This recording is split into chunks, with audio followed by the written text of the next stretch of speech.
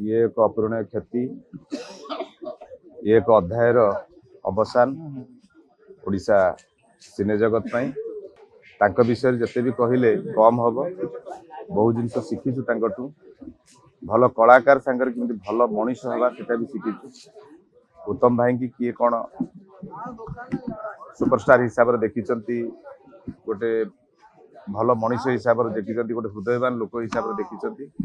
किंतु जदि आम कहवा सबू सम्मिश्रण गोटे लोक किए कला इंडस्ट्री थे ओडिया सिने जगत थे से होती उत्तम महांती।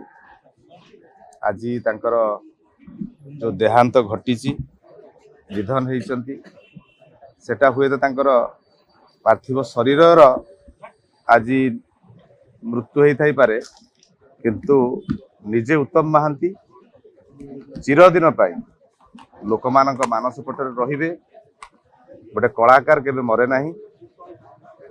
से जो सिनेमा गुड़िक अभिनय दक्षता देखई लोक मान पाखे दीर्घ 5 दशंधि धरी से लोक मानकर मानस पटरे से ही भाया जीवंत होकर रहिबे उत्तम महांती। से सबले अमर रहिबे।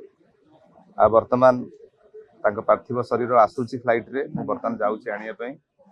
आ से पहुँचे ठीक 11:50 रे फ्लाइट लैंड करिबो। वर्तमान फोन करथिली जे फ्लाइट इंचार्ज अछंती अभिषेक बसु, से कहले आपण आसंतु। वर्तमान आज एक कला जगत नहीं सारा ओडिया सिनेमा प्रेमी मानक मध्यरे मनरे गोटे कठोर आघात आज पहुंची उत्तम महांती देहांत।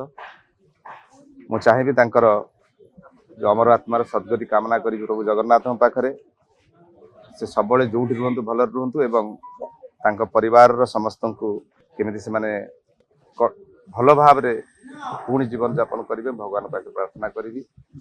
एवं मु चाहिए आज बहु संख्यार योगदान करके आज उत्तम महांती जो शेष दाह संपन्न करा से समस्त प्राय उपस्थित रहा निवेदन करी। कारण एत बड़ जड़े किंबदंती पुरुष ओडिया कला जगतर ये आम कहबू आमर बोधे कौन ग्रहण लगी सिनेमा इंडस्ट्री को आज सब ये सब केते बड़ बड़ दिगंत कलाकार आमर बड़ भाई माने सब चलीगले।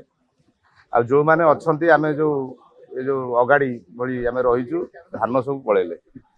निश्चित भाव में ये एक कला अध्याय चली सिनेमा इंडस्ट्री।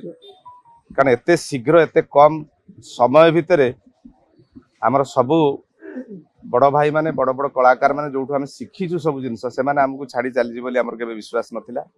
आ शेष थिले उत्तम भाई सी भी लास्ट को आमको छाड़ी चली गले।